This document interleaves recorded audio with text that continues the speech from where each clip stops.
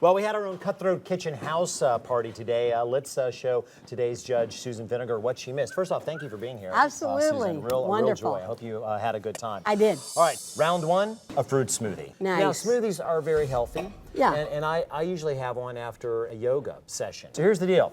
Whoever won this could force one of their opponents to cook and prep their dish while executing Bob's yoga moves. Really? Like this.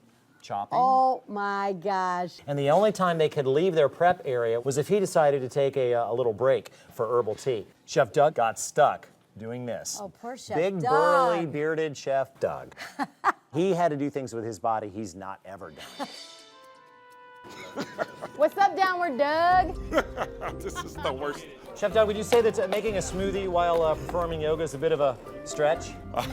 It's a lot of a stretch, and I think I'm making a chunky, not a smoothie. Poor Chef Doug. So that's why you got like a thimbleful Yeah. of kind of solid, chunky matter. And in the end, you eliminated him for it. Leaving us with poor Chef Doug. Chef DeMarco, Chef Corinne, and Chef Rocky, heading into round two, chicken tikka masala. What would you say is the most important ingredients? Yogurt, ginger, the spice mixture. Spice mixture. Yeah. Bring it in, boys. Whoever won this particular item could go to their opponents and take away all their spices and make them harvest spices from my unlabeled spice shop. Wow. There are things in here like powdered blue cheese Oh, and wow. powdered vinegar, not just spices. So Chef Corinne won this, gave it to Chef DeMarco and Chef Rocky. Two of the dishes that you liked the best were made from spices they were just grabbing. Interesting. Now, could No they idea. taste them? Sure, but here's the thing. How many things can you taste before your taste buds just go, I'm done? Yeah, that's fantastic. All right, the next item. I know this dish is from England by way of India.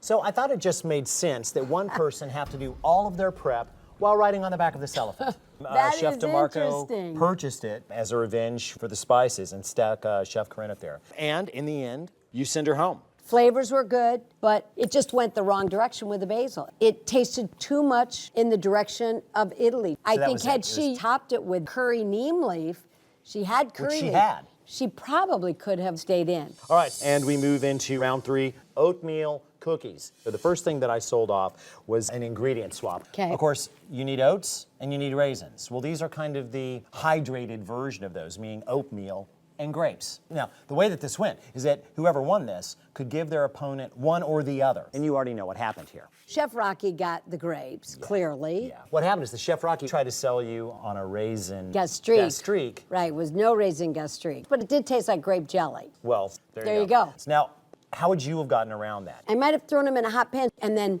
cut them so they almost seemed like they were plumped raisins. Got it. I would have quartered them and put them right in the fryer. Yeah, that would have been Hey, a good idea. what better way to get Yeah. the moisture out? All right, the next item up for sale was most certainly the most spectacular thing that we've ever done here on Cutthroat Kitchen. Yeah. The dollhouse. Wow. Now, whoever got stuck with this had to do all of their prep, all of their cooking, everything In the the house? dollhouse. This was like a miniature kitchen dropped into the middle of hell. Hey, Aubrey, could you come around? This is Aubrey. Aubrey actually Hi, designs Aubrey. and builds most of our really big props. Do us a favor, tell Susan what you really did here to make this extra horrible. Well, we took Alton's design and had to configure in some challenging ways for the chef to have to use the kitchen. So we created a very Oh my gosh, shallow oh my roof here, gosh. so you really had to crawl as you go up. And then then we you didn't have to want get too through much there? access into the kitchen, so we decided to put a bar window in there instead, so they would either have to really reach in or, as you saw, climb through multiple times. Yeah. There's also like a little shower tub kind of thing down here. Did There was someone take a shower? No, but I'll tell you what, Chef DeMarco got stuck with this and actually used the tub to mix his dough.